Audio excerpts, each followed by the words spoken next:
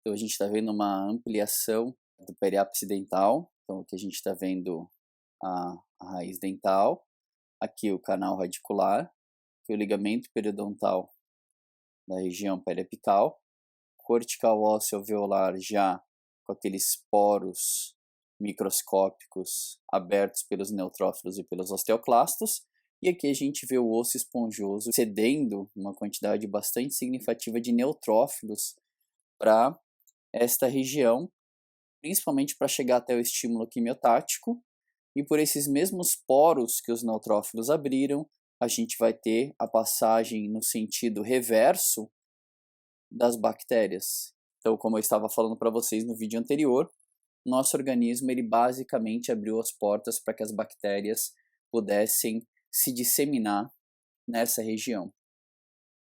E a simples presença de bactérias, mesmo em pequeno número, nessa zona esponjosa do osso, podendo disseminar essa infecção, vai resultar numa reação bastante exacerbada do nosso corpo, no sentido de mandar uma quantidade absurda de neutrófilos para essa região.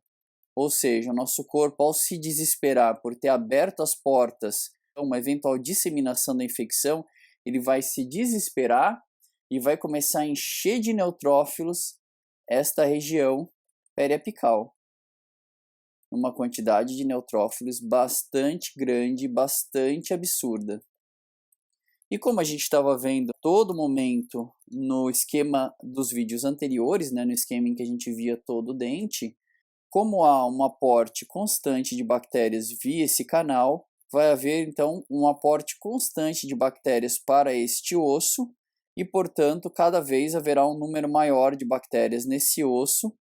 Consequentemente, vai haver uma ampliação dessa inflamação, vai haver uma maior chegada de neutrófilos e esses neutrófilos vão chegar num número bastante exacerbado.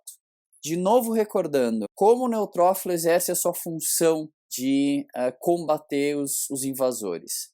Bom, a primeira forma, e a forma preferida desse neutrófilo é a fagocitose. Então, como eu falei no vídeo anterior, o neutrófilo fagocita a bactéria e ao digerir essa bactéria acaba morrendo junto com ela.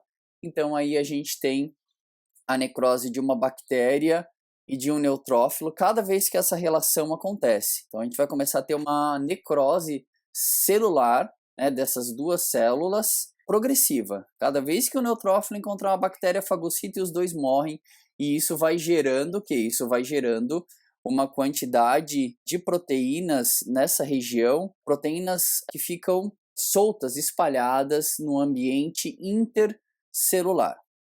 Uma segunda maneira que esse neutrófilo tem de combater as bactérias é quando ele não consegue exatamente fagocitar a bactéria, porque ele não consegue encontrar a bactéria, mas ele sabe, pela sinalização bioquímica da região, que as bactérias estão ali. Então ele começa a secretar enzimas e essas enzimas vão digerindo todos os tecidos da região até digerirem a bactéria.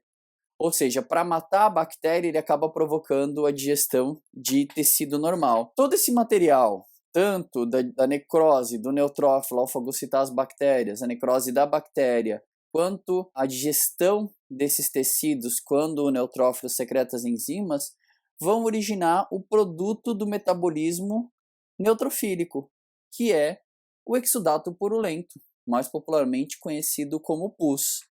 Então, o que nós estamos vendo aqui, na verdade, é um acúmulo de neutrófilos combatendo bactérias e produzindo pus.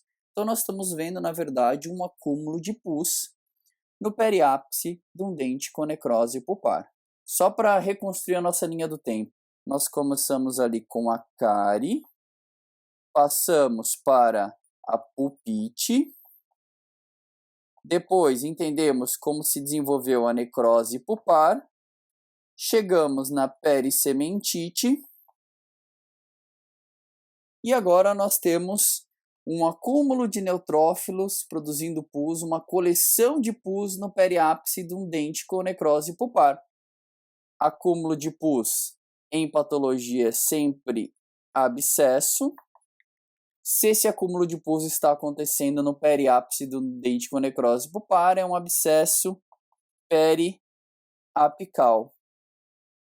O abscesso, por definição, é sempre um acúmulo de pus, uma coleção de pus, um agrupamento de neutrófilos produzindo pus. Isso é a definição de abscesso, a definição clássica.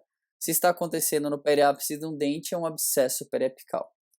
Só que nós sabemos que muitas vezes o quadro clínico do nosso paciente é um quadro clínico que pode ser sintomático ou assintomático, ou seja, eu posso ter um paciente que esteja com um abscesso periapical sentindo dor e posso ter um paciente que esteja com abscesso periapical sem sentir dor. Então aí nós vamos partir para um espectro clínico dessa observação. Nós não vamos mais ficar restritos ao espectro histopatológico, nós vamos passar para um espectro clínico. Nós vamos adotar a classificação de abscesso periapical agudo e abscesso periapical crônico.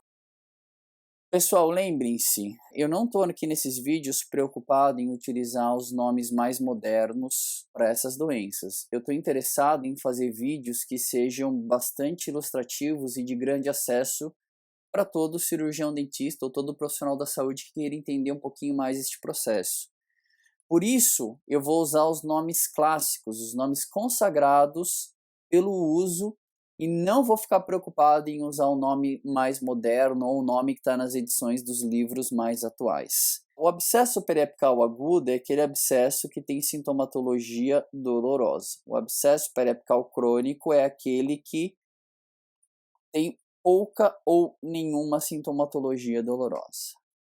Vamos entender como os nossos pacientes frente a um abscesso podem sentir dor ou podem não sentir dor. Isso é bem importante. Isso é um divisor de águas no nosso conhecimento de patologia. Nós temos aqui um acúmulo de um grande volume de pus devido a uma reação exacerbada do nosso organismo frente a um foco de infecção que agora alcançou o osso esponjoso. Este grande acúmulo de pus não tem um espaço para ele nessa região. Toda essa região já tinha todo o seu espaço tomado pelas estruturas normais que ali existiam. A partir do momento que você começa a ter um acúmulo de uma substância que não pertence a essa área, que eu costumo dizer que não cabe nesta área fisicamente, a gente começa a entender que esse pus ele vai ter que se alojar dentro de espaços que inexistem.